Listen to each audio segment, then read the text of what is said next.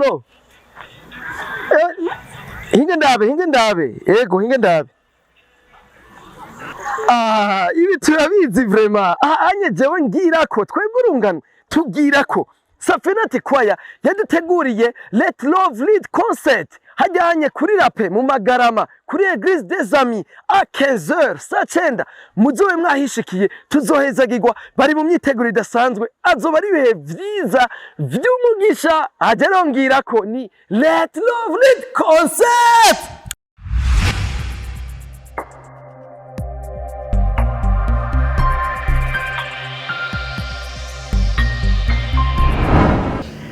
Mwaramutse canke mwiriwe bivanye na umwe wese ariko aradukurikirana ari twebwe turi ku bikorwa bidasanzwe kandi bikomeye cyane muca mwumva yuko muri kumwe na Irambona Gile kuri microphone ya mbere abandi mwamaze kubona kuri kamera zacu abatumire dufise abakozi b'Imana behind camera ni Fabrice Imani mugire neza tudatevye rero reka twakire abatumire bacu karibu sana mumeze neza turashima.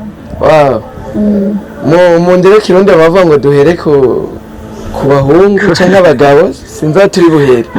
Ariko reka duhere ku muhungu. Karibu muramutse ariko aradukurikirana munabibwire. Murakoze cyane. Turabashimira mazina nitwa Bikorimana Jezi de la Paix. Niyo maniko nitwa sanze mpagarariye canke ndongoye ko hari yitwa SAFENATI ikorera mu shingiro ry'abagenzi nizana neza mu Magarama aho benshi bazi kurira. Yes. Jezi de la Paix. Yesu w'amahoro.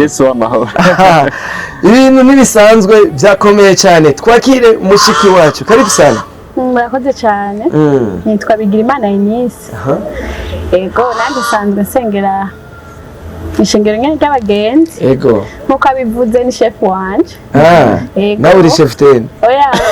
Sindi chef ten ariko ndicegera cha conductrice. Muri yo ko hari yavuze. Conductrice abakora iki? Mukuru w'indirimbo. Twabakiriye nk'abaririmbyi. Kandi abaririmbyi mu kubakira mbavo kwivuga utuzina cyashaka karirimbo. Dushaka karimbo kamwe.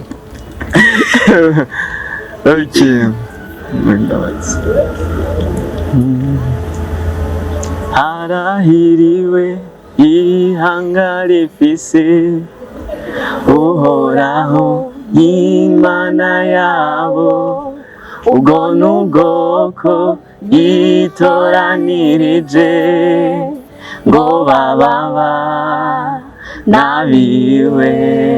Wow, harahiriwe ihanga rifise uhoraho Imana yabo. Amen. Uno musi twabatumiye nka SAFENATI Choir ko twabonye hari igikorwa mufise mbega Jezi de la Paix mutuganirira cyangwa mukabwira bariko baradukurikirana igikorwa gihari muri SAFENATI Choir. Murakoze cyane. Igikorwa gihari dufise evenement canke concert twise Let Love Lead. Mu Kirundi reka urukundo ruganza. Amen. Urukundo isanzwe yo slogan ko hari yacu tugira ko tujya kuri slogan y'urukundo burya bumvise n'iryo zina SAFENATI hari bivuga cyane iby'urukundo. Rero ni ku nshuro ya kabiri dufise igikorwa cyitwa reka urukundo ruganza Let Love Lead concert. Tutaraja muri vyinshi mbega SAFENATI Choir ni chorale yo muri Église cyangwa n'umugwi urimwe abahurikiye batandukanye? Ni chorale iri muri Église évangélique des Amis mu Magarama nyene. Yego. Ni na chorale ya Église? Ni chorale ya Église. Wow. Ushaka kwinjira ngo avuye handi ntivyemewe. Arabanza akaza akagira ku mateko y'ishengero kujya nyine muza amashengero akora amakifatanya natwe. Mbega tuje kuri sister wacu SAFENATI Choir. Mbega irafise indirimbo zayo? Turafise indirimbo duherutse gukora audio na video. Zingahe? Ni zitatu. Hariho hora uw'imbabazi na ntaco nzoba. Yavuze uw'imbabazi, ya kabiri yitwa ntaco nzoba, yaravuze ya gatatu yitwa ntaco nzoba. Uvuga uw'imbabazi, hora, ntaco nzoba. Ziri kuri YouTube? Vuba cyane ziracako burya no muri affiche dufise mu evenement tuzogira vuba lancement officiel y'izo ndirimbo. Indirimbo ya mbere tuyitiye kuri YouTube kwa gatanu itariki 24. wow twebwe turi ku bikorwa bidasanzwe kandi bikomeye cyane tubatumira muri Salocom kuza muri imprimerie babakoreye ibintu vyiza hari udupira abakeneye kwandika k'ibintu ku matasi abakeneye kwandika k'ibintu ku miduga amaotokola turabikora muce muza hariho studio record hariho video hariho teise aho bakora ibintu by'ubuhinga ama website n'ibindi vyose bitandukanye by'ubuhinga ngurukana bumenyi ukeneye kugira ama installation de camera de surveillance ni muri Salocom no muri SAFENATI Choir turabatumiye muze mu bikoresha wow turagere ku gikorwa ca SAFENATI Choir mwatubwiye kari Let Love Lead Concert yes rero mbega ni uwuhe mutima ni kihe gicapo c'ico gikorwa chef Let Love Lead twashyizeho ifise intumbero nabwiye ni edition igira kabiri izoba dukoze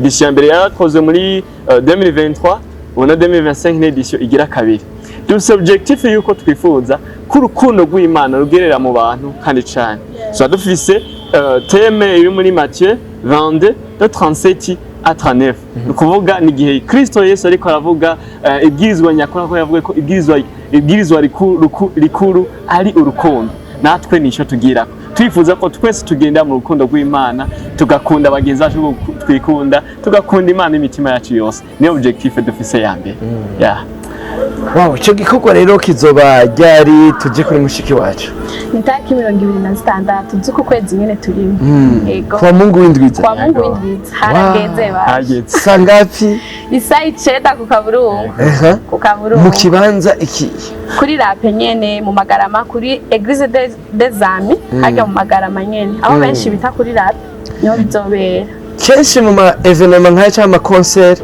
iyo vye saa 9 usanga bigiye gutangura saa 10 saa 11 twitege ko no musi ariko bizomeze oya 14 utazobara dusanga ibanza vyahetse nibihe bindi ibintu bishasha cyangwa ama surprise mudutegurira muri damoso evenement wa Let Love Lead Concert ugambere na mbere turafise umutumire turafise umutumire zo turi kumwe n'umutumire yitwa Prosperity numuhimbazamana canke numuworshiper akomeye cyane mu gisagara ca Ngozi nawe nyene zo turi kumwe zaba yaje kwifatanya natwe hama kandi twitege utundi twinshi hazo hari indirimbo nyinshi hazobona karyo ko kwereka izindi indirimbo SAFENATI Choir iri kirifuza kuzokora mubibona live izo ndirimbo abazoba bifuza kuzihabwa izo ndimo twavuze nyene ko twakoze abazoba bifuza kuzihabwa uwo munsi nyene abazoba byifuza bazogenda bazironsa tumenyesha abantu yuko na Salocom TV1 izoba yamaze kuyishikira izo biri kirakora amasanamu meza ama video n'amafoto mu gutumira abantu iyo hageze umwanya guhimbaza Imana kenshi umenga nabakuze umenga nabajene abakuze bavuga ati bijya n'ivy'abajene mbega n'uwe butumwa mwobashikiriza turatumiye abo bose kuko igikorwa buri wese arakwiye kuba mu rukundo rw'Imana bitavuze ngo ku myaka kanaka oya twese birakwiye ko tuba bahimbaza Imana ku ngero zigiye zitandukanye kuko twese Imana irabidusaba kuba mu rukundo rwayo ntibivuze ngo ibi ni byabanaka oya uhimbaza Imana kuba mu rukundo rw'Imana ni ivyatwese ntibiraba imyaka yego tuze kuri mushiki wacu mbega twebwe abazoza twese aba mama ba papa bazoze biteze iki ujya munsi icyo nababwira abantu bose bazoza muri concert yacu muri Let Love Lead Concert bazoze biteze umutima uganzwa n'urukundo nicyo kintu numva no babwira bazoze biteze kwakira n'abatahora bafise umutima w'urukundo uze ubagwiremwo gushasha rero bazoze biteze ico kintu kuko urumva ko ni slogan ya chorale yacu muri concert yacu n'ivy'urukundo nabo nyene ubwabo bazoze by'ukuri bafise imitima ivuga ngo ngiye kwakira ikintu gishasha kubijanye n'urukundo no kuganzwa umutima ufise urukundo abafise inzigo abahemukiwe abavuzwe nabi abumva bihebuye bazoze muri damoso evenement wa Let Love Lead Concert bazova baganjwe n'urukundo yego wow tubashimire cyane kubona mwatwitavye ngahanye kuri TV ya Salocom. murakoze cyane Chef tubashimire cyane. turabashimiye natwe Ngira muzogaruka ha mu nyuma mutubwire uko byagenze. neza cyane zogaho ati byagenze kunuko dushimiye Imana yuko izoba yaduhaye kuba mu rukundo rwayo. Emise namwe tubashimire cyane. murakoze cyane. Wow.